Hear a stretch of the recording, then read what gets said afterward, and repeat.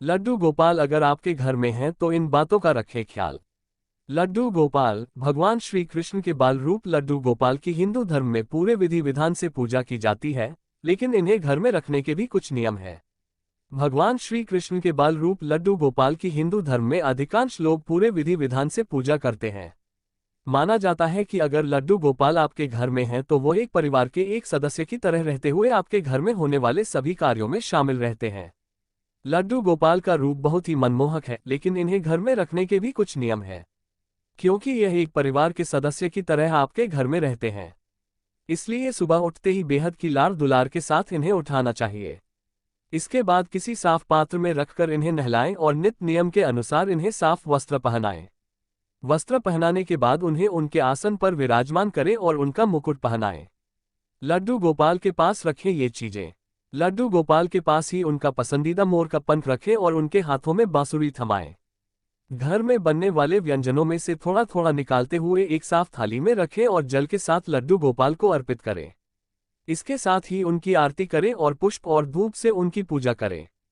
बाहर जाते समय रखें इन बातों का ध्यान।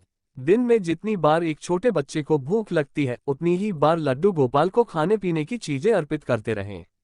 इसके अलावा अगर आप कहीं बाहर घूमने जा रहे हैं तो भी उन्हें साथ लेकर जाएं। चूंकि लड्डू गोपाल भगवान श्री कृष्ण का बाल रूप है, इसलिए उन्हें एक बालक के समान ही खिलौने और ऐसी ही अन्य चीजें अर्पित करते रहे।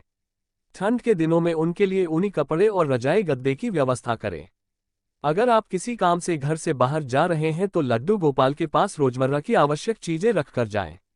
आपके घर पर ना होने पर लड्डू गोपाल से घर की रक्षा करने की प्रार्थना करें, और यदि आप लंबे समय के लिए घर से बाहर जा रहे हैं तो फिर उनके खाने पीने और नित्य नियम से होने वाले पूजा पाठ की व्यवस्था करके जाएं।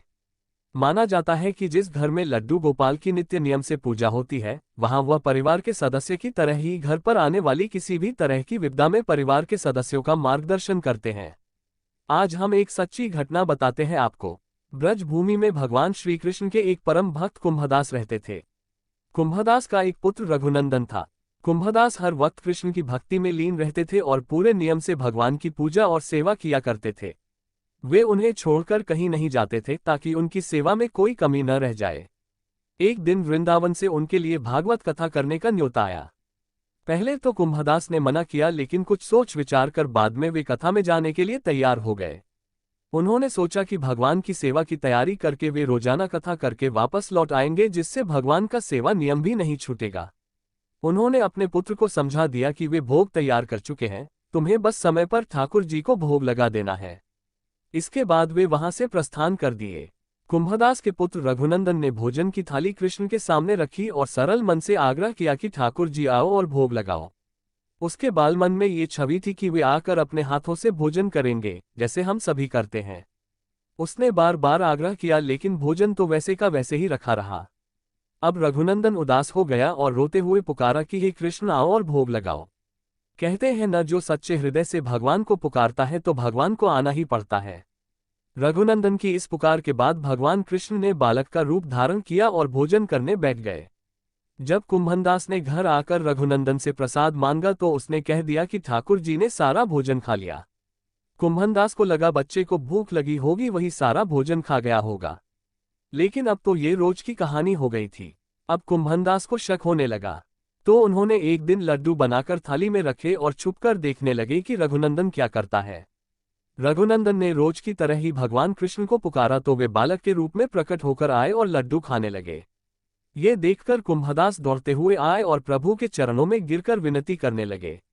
उस समय कृष्ण के एक हाथ में लड्डू और दूसरे हाथ वाला लड्डू मुख में जाने को ही था कि वे एकदम मूर्ति हो गए।